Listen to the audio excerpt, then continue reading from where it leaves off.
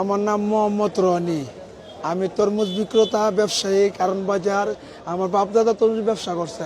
আমার দাদা মারা গেছে, আমার বাপ মারা গেছে, পরে আমি আছি।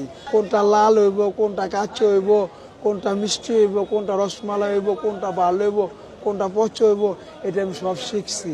10 বছর গোলামি করছি আমার বাপ দাদার সাথে। আমি ছোট থেকে বড় হয়েছি। 10 বছর গোলামি করতে করতে আমি তরমুজ চেনাটা শিখছি। আল্লাহ পাক আমার ব্রেনতে দান করছে।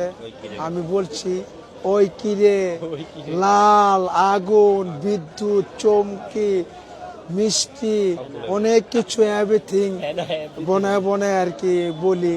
একটু আমি আনন্দ পাই, পাবলিক আনন্দ পায়। এটা ভাই পদ্মার ইলিশ হইব ভাই। আমি তরমুজ দেখলে ভাই চিনতে পারি ভাই।